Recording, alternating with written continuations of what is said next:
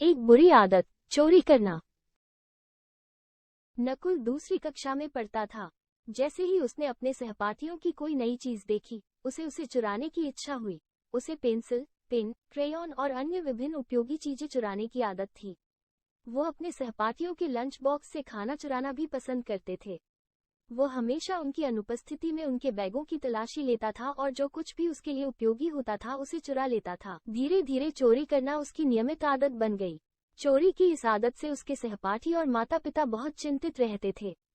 एक दिन उसके सभी सहपाठियों ने उसे एक बहुत अच्छा सबक सिखाने का दृढ़ निश्चय किया। उन सबने मिलकर पास के बाजार से एक छोटा और स्वादिष्ट केक खरीदा।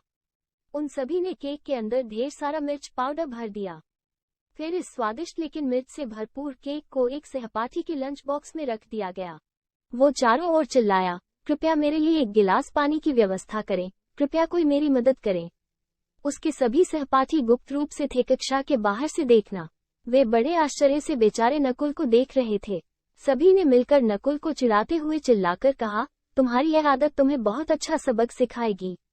अब से तुम बच्चों के बैग से सामान चुराना जरूर बंद कर दोगे। उनकी कक्षा अध्यापिका मिस मारिया, जो शिक्षक कक्ष में बैठी थी, ने भी अपनी कक्षा से ये कठोर शोर सुना।